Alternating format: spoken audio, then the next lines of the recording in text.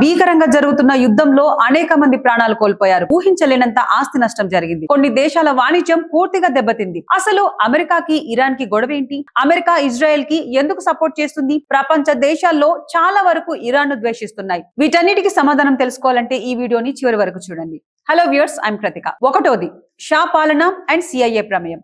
1953, 1979లో జరిగిన Iranian revolution తర్వాత ఇరాన్ మరియు అమెరికా మధ్య సంబంధాలు తీవ్రంగా దెబ్బతిన్నాయి. అప్పటి వరకు ఇరాన్ అమెరికాకు మిత్ర దేశంగా ఉండేది. కానీ ఈ విప్లవం తర్వాత ఇరాన్ ప్రభుత్వం అమెరికా విధానాలకు చాలా వ్యతిరేకంగా మారింది. దీంతో ఈ రెండు దేశాల మధ్య రాజకీయ, ఆర్థిక విభేదాలు పెరిగాయి. అయితే చాలా మందికి ఈ 1979 విప్లవం మాత్రమే తెలుసు. కానీ అసలు వివాదం 1953లోనే మొదలైంది. ఇరాన్ ప్రజాస్వామ్యబద్ధంగా ఎన్నుకోబడిన ప్రధాని మహమ్మద్ మొసదెక్ తమ దేశ చమురు సంపదను జాతీయం చేయాలని చూశారు. అప్పుడు అమెరికా, సిఐఏ, బ్రిటన్ కలిసి కుట్ర పన్ని ఆయనను గద్దె నుంచి షారాజకు బ్రిటన్ కలిసి కుట్ర పన్ని ఆయనను గద్దె దించి షాకు అధికారం కట్టబెట్టాయి. ఒక దేశ ప్రజాస్వామ్యాన్ని అమెరికా తన స్వార్థం కోసం కూనీ చేసింది అనేది ఇప్పటికీ పెద్ద వివాదంగానే ఉంది. రెండవది, ఇజ్రాయెల్ ఇరాన్ ప్రాక్సీ యుద్ధం. మిడిల్ ఈస్ట్ దేశాల్లో అమెరికాకు అత్యంత సన్నిహిత మిత్రుడు ఇజ్రాయెల్. అయితే ఇరాన్ ఉనికిని మొదటి నుండి ఇజ్రాయెల్ వ్యతిరేకిస్తూ వచ్చింది. అమెరికా ఇరాన్ పై ఆంక్షలు విధించడానికి, సైనిక దాడులు చేయడానికి ఇజ్రాయెల్ ఒత్తిడి ప్రధాన కారణమని ఒక వాదన కూడా ఉంది.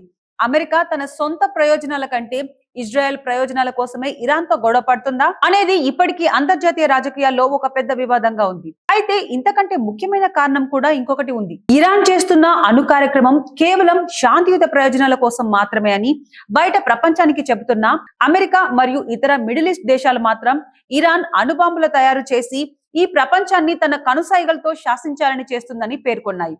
ఈ కారణంగా అమెరికా ఇరాన్ పై అనేక ఆర్థిక ఆంక్షలు విధించింది. ఈ ఆంక్షలు ఇరాన్ ఆర్థిక వ్యవస్థపై తీవ్ర ప్రభావం చూపించాయి. అయితే ఈ సమస్యను పరిష్కరించడానికి 2015లో ఒక ముఖ్యమైన ఒప్పందం జరిగింది. దీనిని joint comprehensive plan of action అంటారు. ఈ ఒప్పందం ప్రకారం ఇరాన్ తన అణు కార్యక్రమాన్ని ఒక స్థాయి వరకు పరిమితం చేయాలి. దానికి ప్రతిగా ఆంక్షలు తగ్గించాలి. కానీ తర్వాత అమెరికా ఈ ఒప్పందం నుంచి బయటకు రావడంతో ఈ సమస్య మళ్లీ తీవ్రమైంది. మూడవది, కాసిం సులేమానీ హత్య. అది టెర్రరిజమా లేక ఆత్మరక్షణ? 2020లో జనరల్ సులేమానీని అమెరికా డ్రోన్ దాడిలో చంపడం అప్పట్లో అత్యంత వివాదాస్పదమైంది. అమెరికా ఆయనను ఉగ్రవాది అని పిలిస్తే ఇరాన్ మాత్రం ఆయనను జాతీయ హీరోగా ఆరాధిస్తుంది. ఐక్యరాజ్య సమితి నివేదికల ప్రకారం యుద్ధం ప్రకటించకుండా ఒక దేశపు అగ్రశ్రేణి అధికారిని మూడవ దేశంలో చంపడం అంతర్జాతీయ చట్టాల ఉల్లంఘన కిందకు వస్తుందని కొందరు వాదిస్తారు. అయితే ఇది అమెరికా తన దేశ ఆత్మరక్షణ కోసం చేసిందా లేక టెర్రరిజం అనేది ఇప్పటికీ అందరిలో ఉన్న అనుమానమే. డొనాల్డ్ ట్రంప్ మాత్రం ఏకపక్షంగా దాని నుండి బయటకు రావడం పెద్ద వివాదానికి దారితీసింది. ఇది అమెరికా యొక్క క్రెడిబిలిటీ దెబ్బతీసిందని, ఒప్పందాన్ని గౌరవించని దేశంతో ఇరాన్ ఇక ముందు చర్చలు ఎలా జరుపుతుందని ఐరోపా దేశాలు కూడా దీన్ని విమర్శించాయి. ఐదవది, హార్ముజ్ జలసంధి గ్లోబల్ బ్లాక్మెయిల్. ప్రపంచ చమురులో 20% ప్రవహించే స్ట్రెయిట్ ఆఫ్ హార్ముజ్ ను మూసివేస్తామని ఇరాన్ తరచుగా హెచ్చరిస్తుంది. అయితే ఇది కేవలం అమెరికాను భయపెట్టడానికా లేక ప్రపంచ ఆర్థిక వ్యవస్థను బ్లాక్మెయిల్ చేయడానికా అనే చర్చ జరుగుతుంది. భారత్ వంటి దేశాలు కూడా ఈ వివాదంలో నలిగిపోతున్నాయి. ప్రస్తుతం ఇరాన్ మరియు అమెరికా మధ్య యుద్ధం జరుగుతుండడం వలన అది కేవలం ఈ రెండు దేశాలకే కాకుండా ప్రపంచానికి కూడా తీవ్ర ప్రభావం చూపుతుంది. చమురు సరఫరా తగ్గిపోయింది. ఆల్రెడీ హర్ముజ్ జలసంధి మూసివేయడంతో భారత్ కి వచ్చే ఇంధన సరఫరా నిలిచిపోయింది. దీంతో రష్యా నుండి భారత్ కు కావలసిన చమురును దిగుమతి చేసుకోవచ్చని అమెరికా తెలిపింది. కానీ రష్యా మాత్రం కేవలం 30 రోజులకు మాత్రమే గడువిచ్చింది. దాంతో పాటు అంతర్జాతీయ వాణిజ్యం కూడా చాలా బలంగా దెబ్బతింటుంది. గల్ఫ్ దేశాలలో నెలకొన్న పరిస్థితుల వల్ల బంగారం ధరలు చాలా వరకు పెరిగే అవకాశం కనిపిస్తుంది. మిడిల్ ఈస్ట్ ప్రాంతంలో అస్థిరత పెరిగింది. ఇతర దేశాలు కూడా ఈ యుద్ధంలో చేరే అవకాశం చాలా వరకు ఉంటుందని భావిస్తున్నారు. ఆరవది, ప్రభుత్వ మార్పుకు కుట్రలు.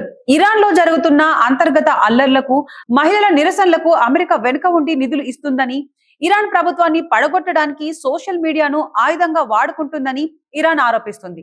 అయితే ఇలాంటి కుట్రలు చేయాల్సిన అవసరం మాకు లేదని అమెరికా తేల్చి చెప్పింది.